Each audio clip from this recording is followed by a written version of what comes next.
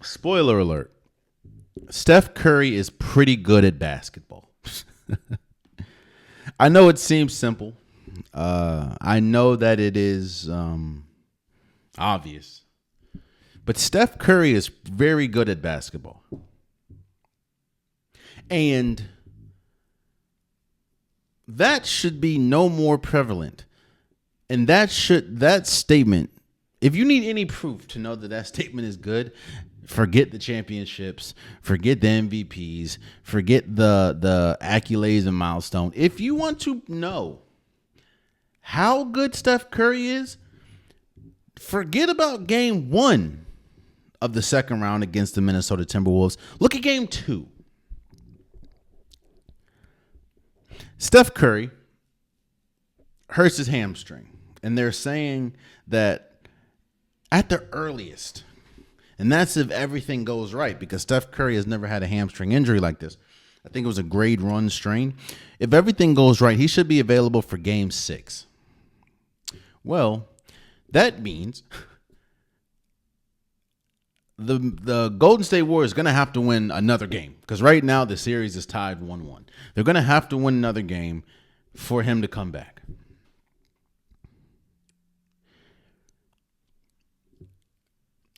If you ever wanted to know how important, not just a star, but how important a point guard is to a team, watch game 2 of the Golden State Warriors Minnesota Timberwolves game.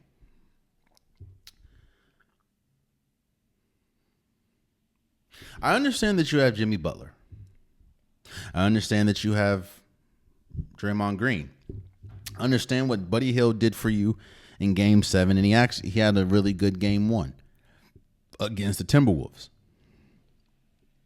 I understand that you have Pozinski. I understand that you have Jonathan Kuminga if Steve Kerr decides to play him. I understand that you have all these players. But forget the fact that none of them are Steph Curry, which is true. None of them are really a point guard.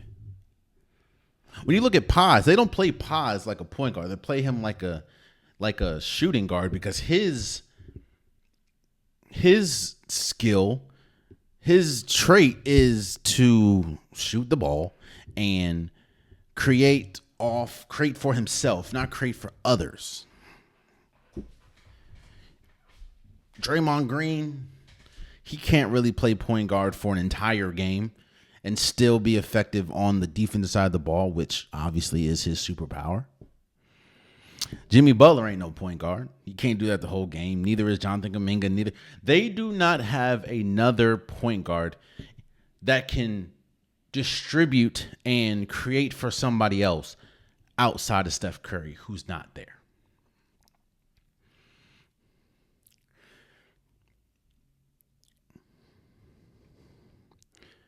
Game 2 looked drastically different when we talk about the Golden State Warriors. Looked drastically different from game 1 because Steph Curry, and obviously we know Steph Curry is the greatest shooter of all time. Steph Curry is Steph Curry, still a superstar. We get that. But game 2 also was a perfect, let's say, bulletin board material for anyone that wants to argue that Steph Curry is, in fact, a point guard, because that's always been the conversation with Steph Curry. He's not really a point guard. He's more of a shooting guard. Okay. For anyone that didn't watch, Golden State's offense looks so discombobulated without Steph Curry there. And they essentially got destroyed in game 2. Mind you, game 1, they won. They were winning handedly until Steph Curry got there. Or Steph Curry hurt his hamstring, strained his hamstring. And Minnesota did come back. I think got it to like a 7-point deficit, but Golden State ultimately won. That was game 1. Game 2 was just a different story.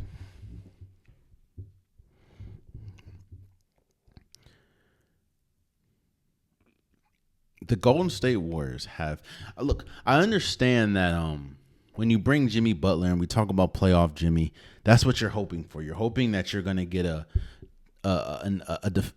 game from Jimmy Butler that can carry the Golden State until Steph Curry gets there.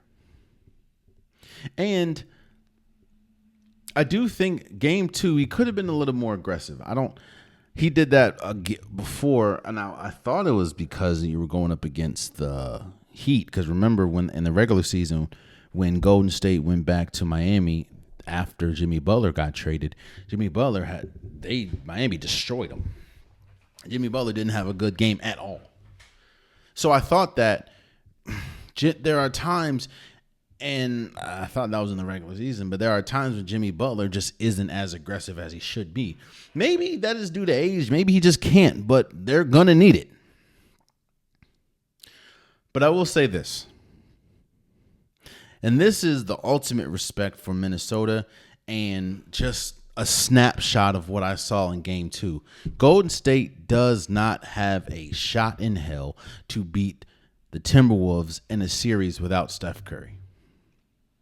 And depending on if this series can even get to 6 games, I wonder how the team is going, where the momentum is going to be. Is it going to be with Golden State? Is it going to be with Minnesota? Because the last thing that you want is the Steph Curry to come back from a hamstring strain and have to put the whole team on his back, because that's not going to fare well for this team.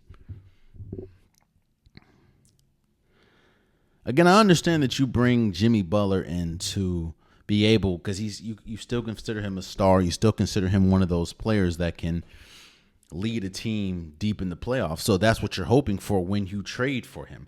But we haven't seen that this year. I mean, honestly, I haven't seen that in a minute. So the question that's floating around is, does Golden State have a shot without Steph Curry? That's more of a disrespect to both Minnesota and Steph Curry. Because what? That's like the Timberwolves losing Anthony Edwards and do they have a shot without Ant? What? No.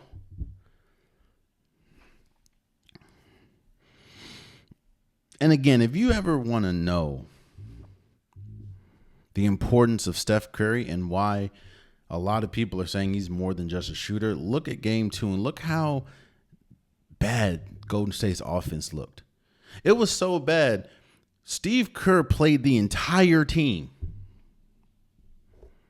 In a playoff game, might I add. The same playoffs where benches usually shrink. He played the entire team. It's just searching for offensive answers, and they didn't have any. It really also brings into perspective just how much people that you're supposed to depend on are struggling. I didn't realize how bad Moses Moody's been playing until you don't have somebody like a Steph Curry that can cover for you.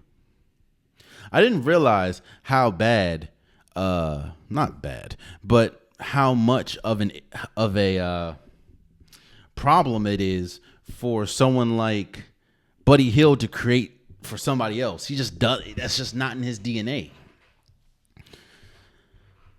And on top of that, Draymond Green is fighting to get kicked out. It's just always something, man.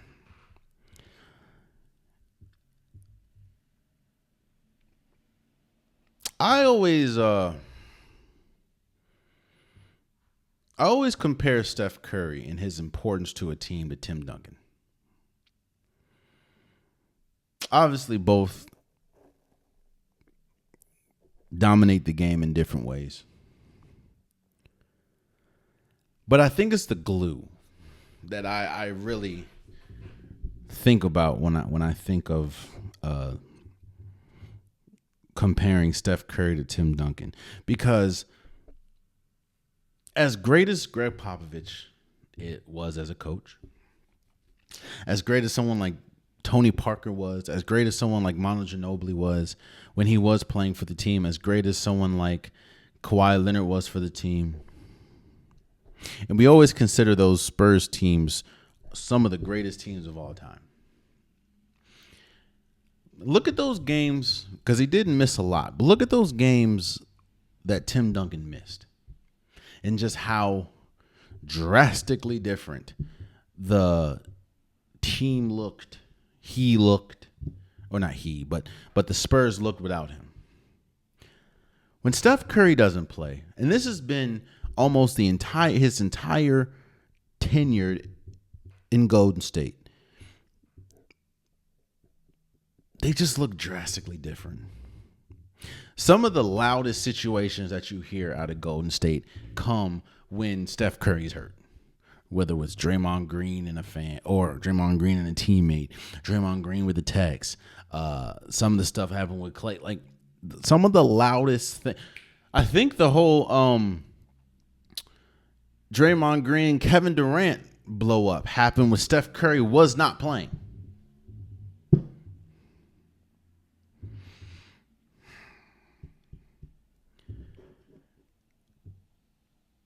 They say that Steph Curry is not going to be able to return until Game 6 at the earliest. Well, if Golden State comes, I understand that Game 2, Minnesota was the more desperate team because you just lost Game 1 and you're about to go to Oracle. I mean, not Oracle. You're about to go to Chase Center. So I understand you're going up against a team that's just a tad bit more, let's say, determined to win that game. But I pray, and I will also say this: if we get the Golden State, if the Golden State that we get in games 3 and maybe 4 that we got in game 2, yeah, Steph Curry, you might have played your last game, at least this year, with Golden State. Because this game, it ain't getting to no 6.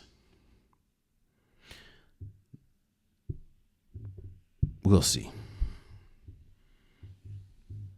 We'll see. Oh, man, you stayed to the end of the video. I appreciate you.